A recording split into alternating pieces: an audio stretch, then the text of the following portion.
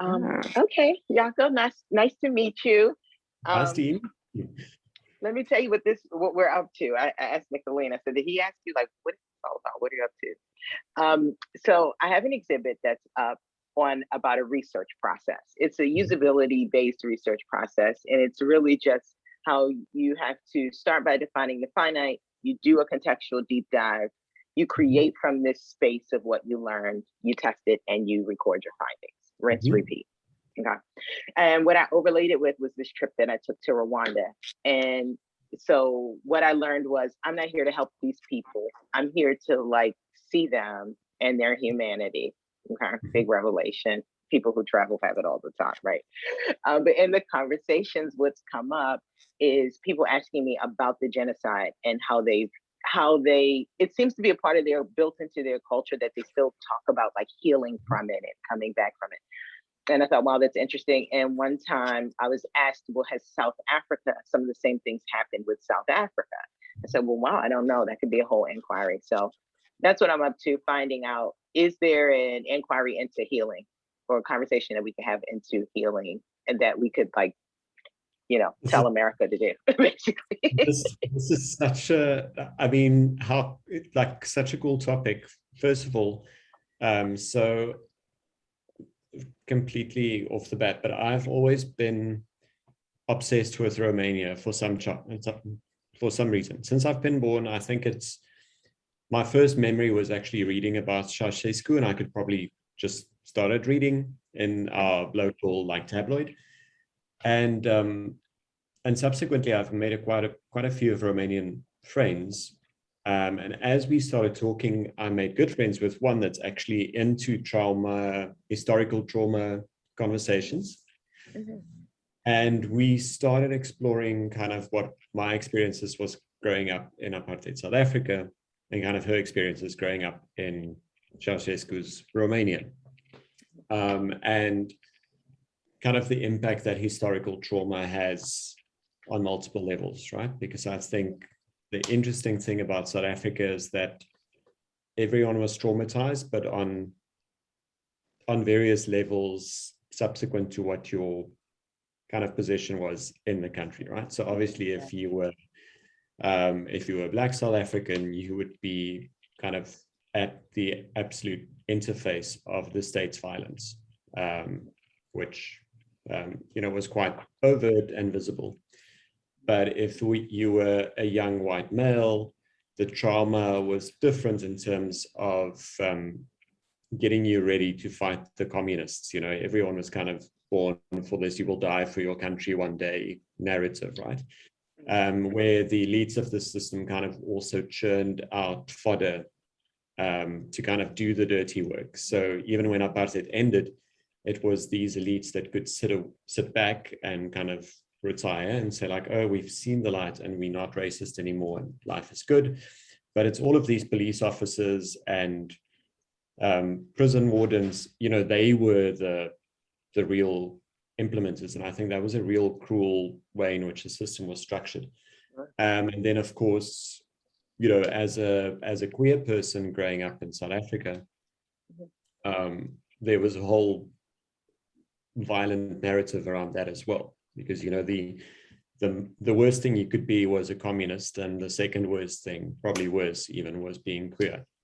So so that was being used as a kind of a stick as well, but very masterfully executed in terms of dividing all of these different blocks in society, because you don't want a collective voice.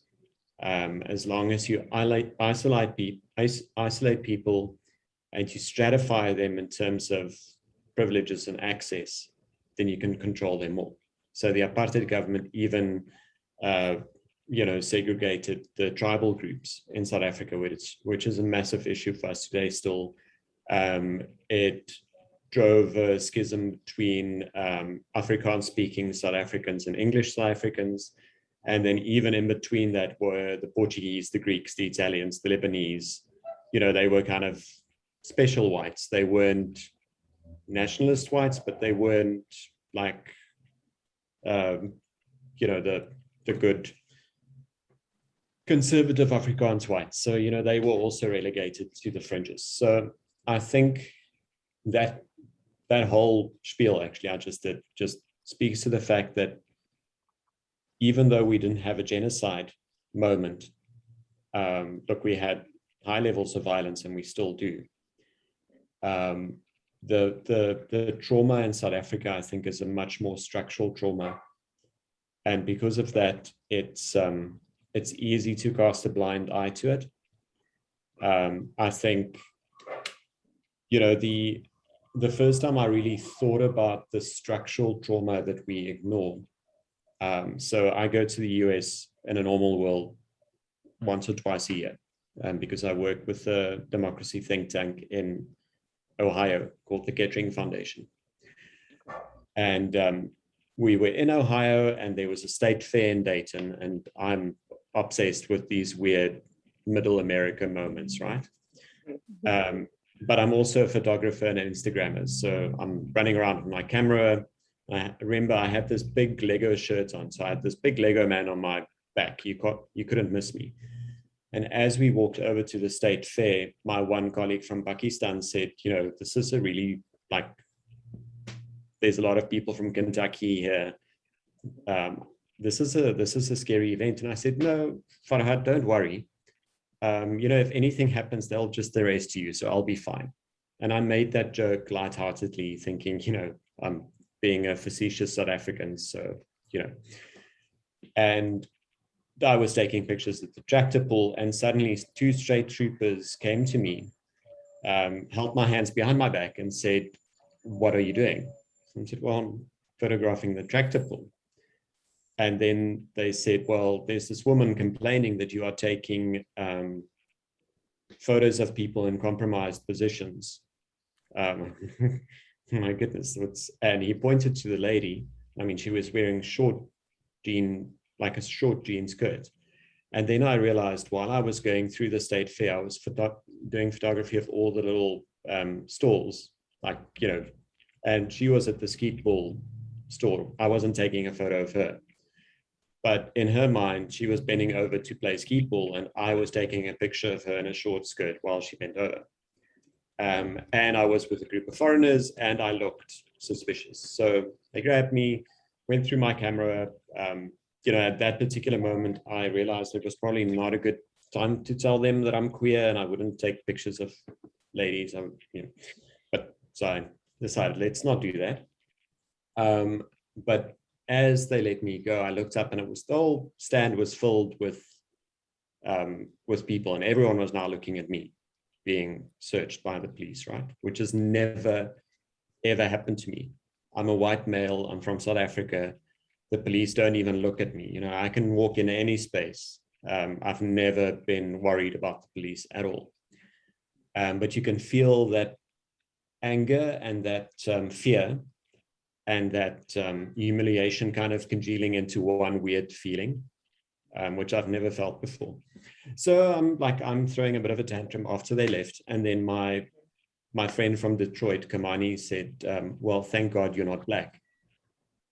And then it dawned on me that what I just experienced, a lot of my African-American friends experience this this is how they make decisions, you know? This is kind of when they see police officers, they have to almost de-threat themselves because they're just a threat for just being in that space. So part of that long story actually is just this. I think it's easier when you go to, not easier, when you go to places that had severe incidents, and even if you look at Romania under Ceausescu and Rwanda, when everyone can agree on the fact that the violence was violent, then it's easier for us to go like, okay, so the trauma was bad. You know, we saw people dying, that's bad. We don't like that. You know, let's talk about that trauma. But I think what happens in spaces like South Africa, and I do think the US is much closer to this field as well, is the violence is very subliminal. You know, it's a very death by 1,000 cuts kind of component. So this week we had a a sportsman in South Africa, so the national team management asked our players to kneel before they played in the One World Cup. And one of the players just refused. So it was to kneel against racism. And he basically just said that Black Lives Matter is a terrorist movement. He's not going to go on a knee for something like this, creating a massive outcry. But I think so I think based on your inquiry, is South Africa having those conversations? I don't think we are. I think people are justifying certain types of trauma. So as a white South African, when we talk about the trauma of the war against the English 100 years ago, then that trauma is kind of allowed. It's like like we talked about the strengths of our families to survive this trauma, blah, blah, blah. But when we talk about the experiences of Black people since 1913, as the machinations of apartheid started coming in, then people go like, oh, can't we just forget about that? Racism is over now, just stop complaining. I mean, also in this week, we had a radio host and a politician, a white politician, interview a young Black activist. So first of all, she's female. We have serious gender issues in this country. She's being interviewed by two white men, like, awesome. And she starts speaking about what life is like as a young Black female in South Africa. And they literally just told her to shut up. And they said, well, over your anecdotal experience, we've heard all about your anecdotal stories of pain. We just want to fix this country. And, so this is kind of where we are. But remind me to send you a message. There is actually an institute in South Africa that you might want to talk to. It's at the Stellenbosch University. Okay. And it is the School for Historical Trauma and Reconciliation. And I have a good ex-colleague there, so I can connect you to some of their work as well. Oh, that would be awesome. I've been babbling quite. That was great. Like, that was a great deep dive. I felt all sorts of emotions while you were talking, and also kind of spidering out in my mind because I'm thinking about critical race theory and this like approach to bring the narratives forward. And then, but some people are saying, well, the narratives are anecdotal, it's one person's experience. But then, if you think about them, they are spokes maybe to this wheel. Like, we have to build a common zero or like understanding of what happened. So, and we're gonna move on. So this is great. So the thought, I'm sorry, I don't want to keep talking. Nicolene, did you want to jump in? I know you're quietly listening, but I didn't know if you wanted to jump in to react. No, I'm just absorbing all this information. This is great. Nicolene's like, I know exactly who you need to talk to, and this is awesome. So the thought was now when you sent me that sheet of questions, I'm like, this doesn't have Yaku's name all over it. Oh, really? Yeah, I sent her like a page of questions. But I also like the sort of independent conversation that can come out of not having so much structure. I just have the questions just in case we need to kind of bring it back, find it in. So the thought was, I'm affiliated with Stevenson University right now and trying to bring Florida State University on board in some conversations. And so we're looking through the lens potentially of bringing like the criminal justice school into the conversation. So what do they have to do with that? But it's thinking this whole trauma, historical trauma, as with,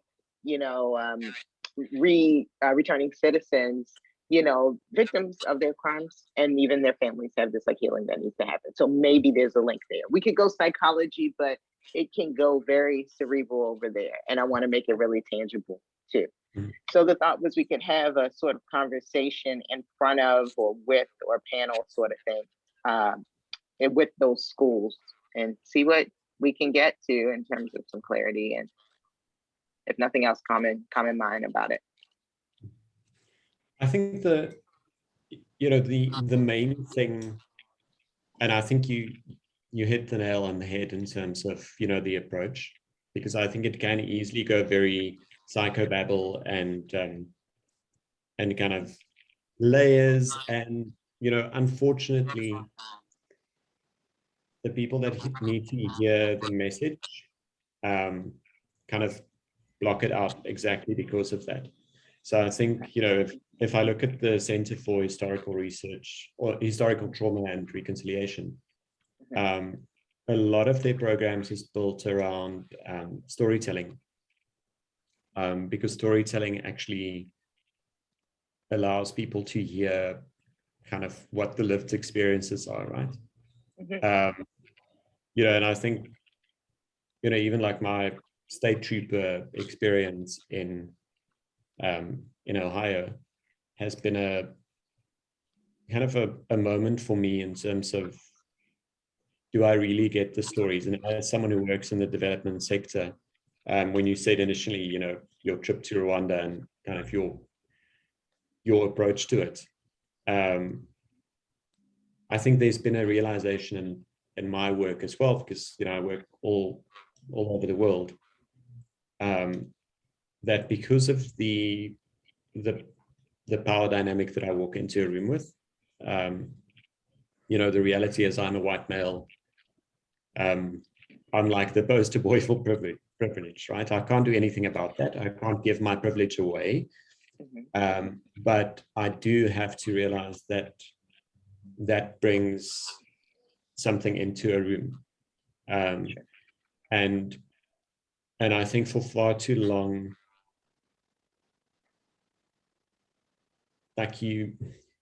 there's still this deep paternalistic approach to kind of the way we work. We look at marginal people and we go like, oh, we will be their voice.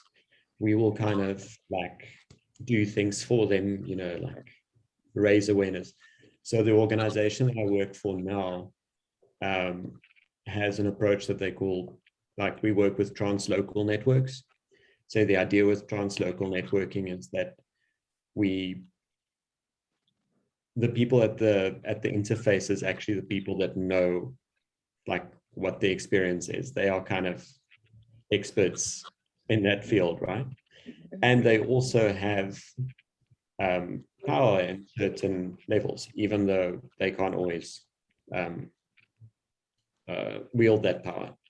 So the goal with the translocal networks is actually just to listen to the stories, listen to like seeing what people are doing, and then instead of empowering people, identifying spaces where people are already wielding power, and then seeing how can we connect them to other people that are suffering through the same kind of challenges, so that they can build that power up more.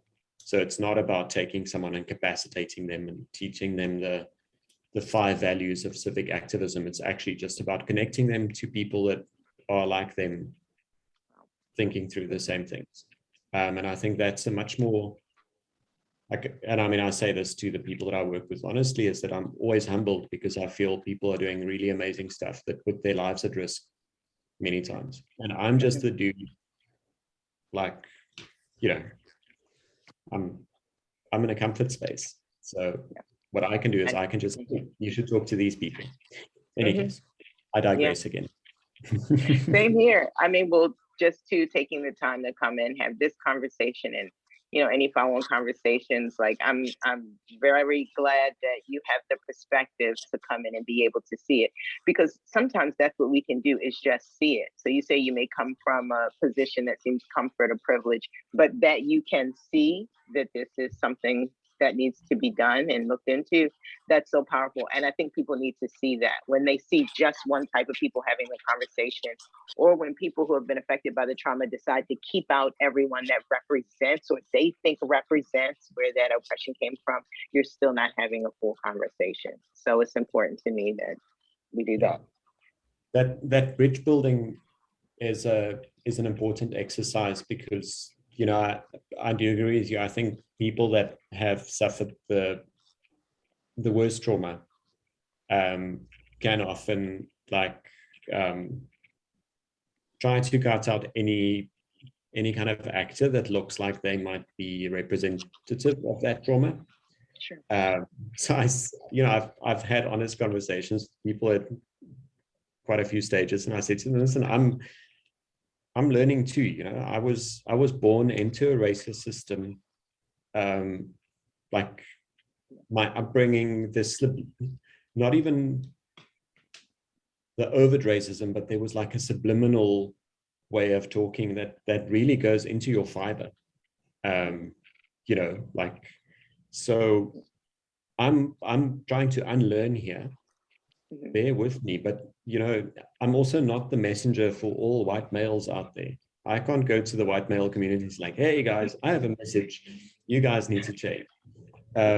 For me, it was a long and ongoing and really frustrating journey of unlearning. But when you find people like that, you kind of need to, you don't have to play to them. I don't want someone to give me a gold star and say like, yay, you are one of the good ones. I really don't want that. I don't want applause for being human. Just because I have a bit of empathy doesn't make me like the Dalai Lama.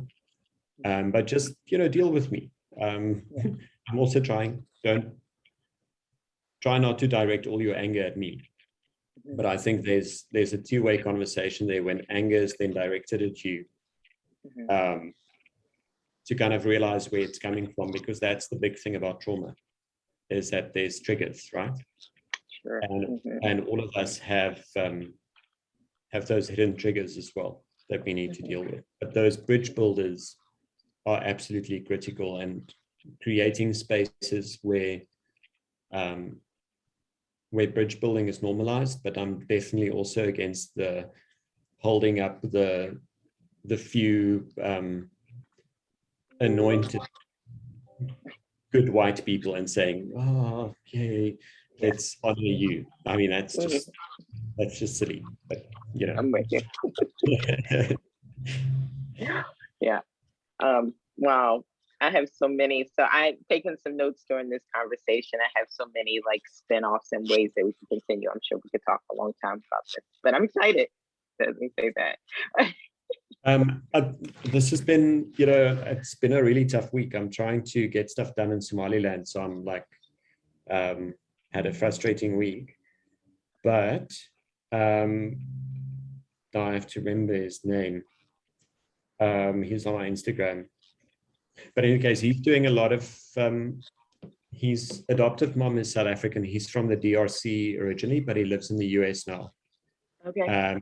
And he has a foundation that is just leaving my mind now, but also looking at kind of trauma reconciliation, kind of being a child of war in the DRC, then experiencing South Africa as a kind of a war refugee, and living in the US. He comes with a very interesting perspective. So I will link you to them as well, because they ask very very interesting questions. Interesting. Okay. And then, so the young lady you said that has a perspective from Romania, is that also, I mean, I would love to hear more just about their story. And I understand that, okay, if she could be a part of the conversation, and I understand that everyone may not have time for like deep dive conversation. If you have a medium or a way that you put content out in the world that comes from the same space, I think it would help us have a very visual, audible, kinesthetic conversation, right? I'm going to quickly see if I can just share. So she did a session this week that I couldn't attend, dealing with collective healing. So if all goes well, I will be going back into, I will be going to Romania at some stage. Sorry, let me just share my screen. Wow. You travel a lot. Well, in a normal world, I would. I think I can't share my screen. Oh, let me, I think I have to make you presenter or something. So let me see. But Adriana would definitely be a good person to talk with. She's quite busy. But I would definitely connect the two of you. Okay. Okay, that would be great. I haven't done this on Zoom, only used to doing this on Teams. So anyone know how to give permissions for screen I share think you go to or screen share? participants, and then you go to more, and then you can say make co-host, and then it should be able to. Ah, okay.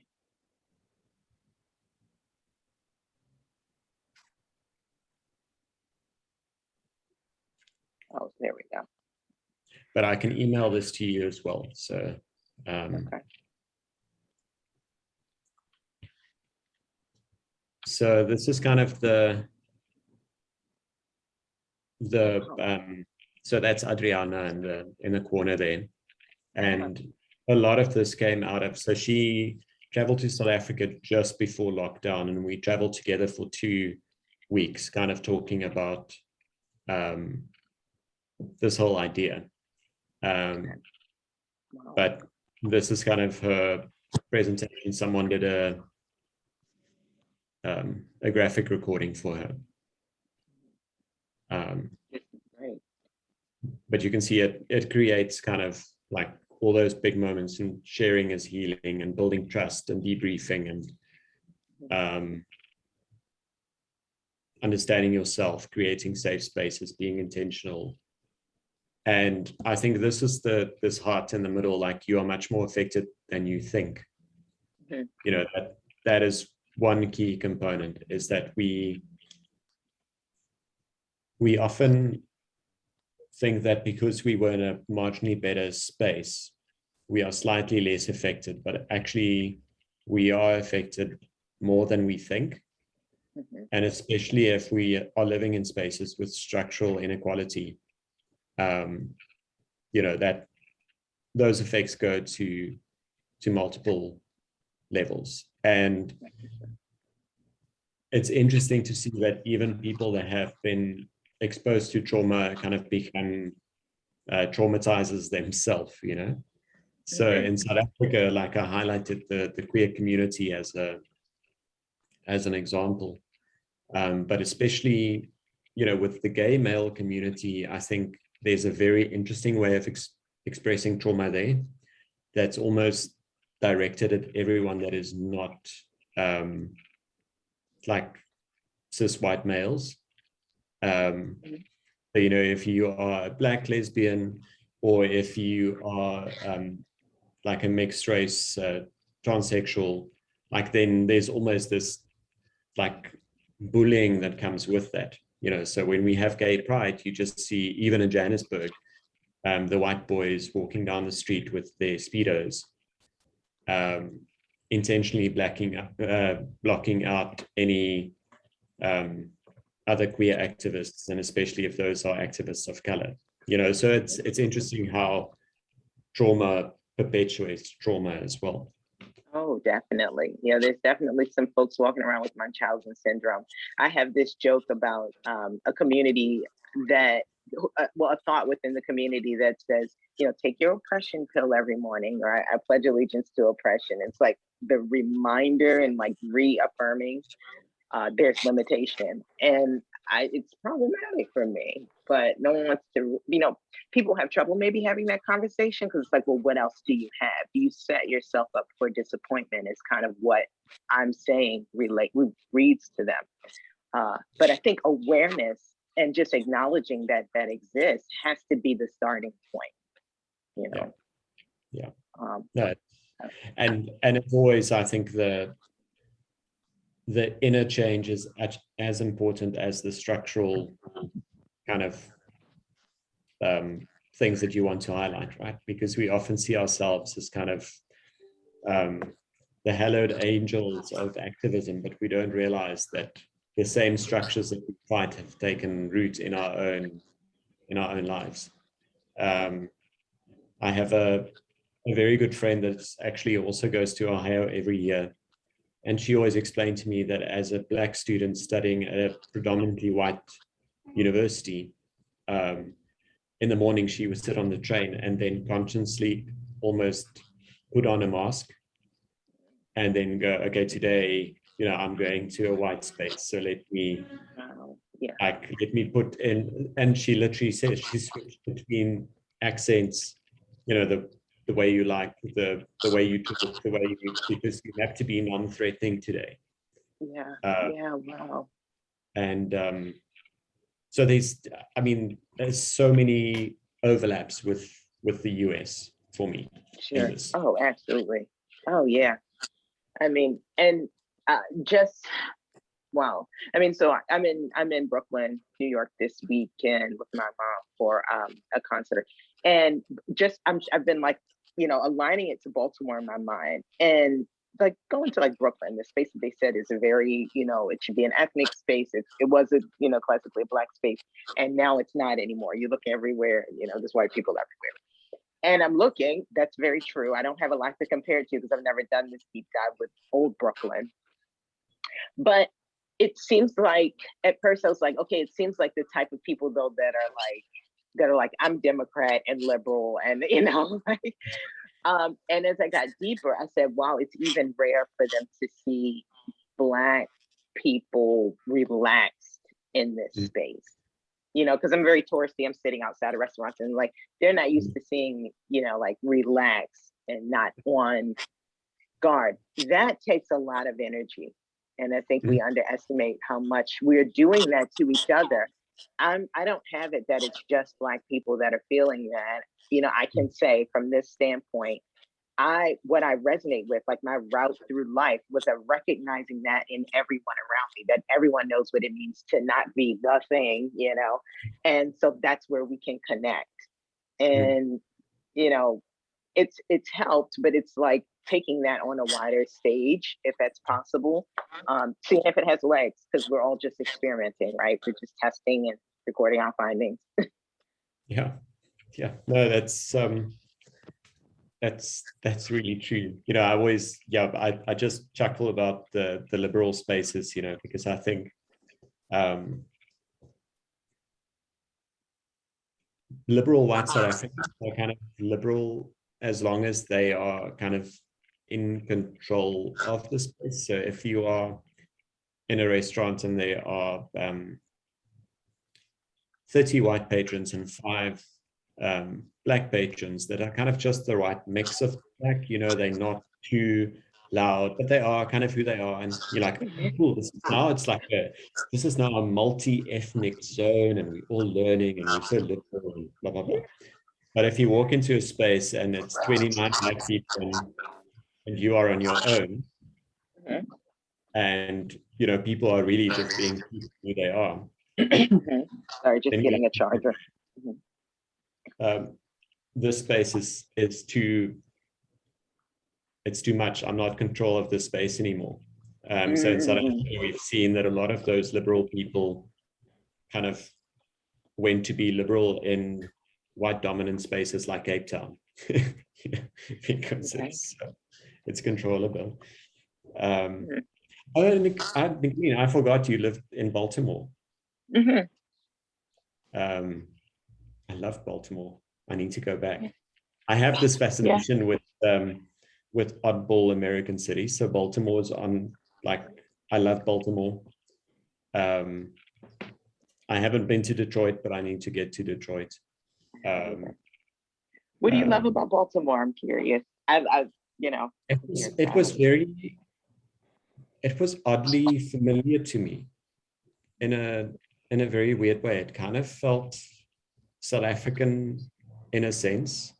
But I mean, so there's multiple things. I think Baltimore being kind of once a boomtown city, kind of that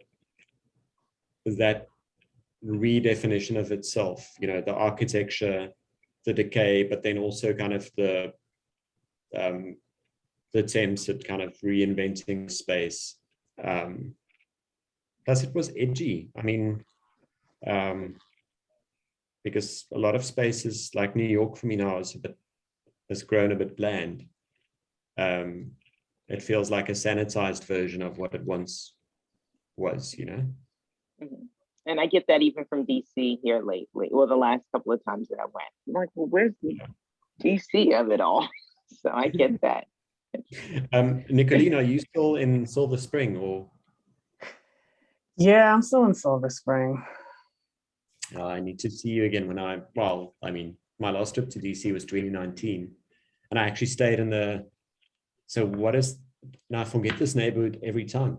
It is one of the last stations before you get to Silver Spring, but it was also kind Tacoma? of before Tacoma. So, and Before it was, Tacoma.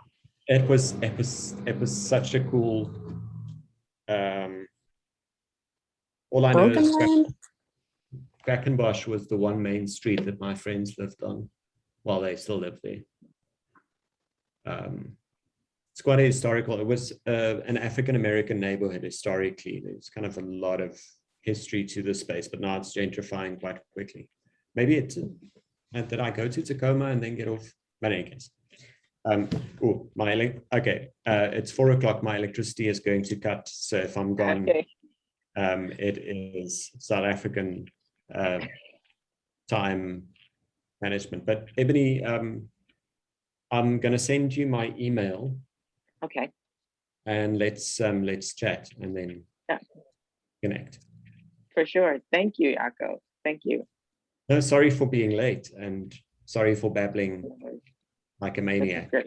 No, It's this because is great. late I came like, let me say everything. I love it. I do have a That's what we're meeting. doing. You guys. Oh, you do too. Okay, well, let's all go. Enjoy. Awesome. Talk soon. Nicolene, thanks for connecting us. Thanks, Ebony. Sure. Thank you, Yes. Nicolene. All Chat right. soon. All right. We'll catch up, girl. Okay. All Bye. right. Bye-bye. Okay. Bye.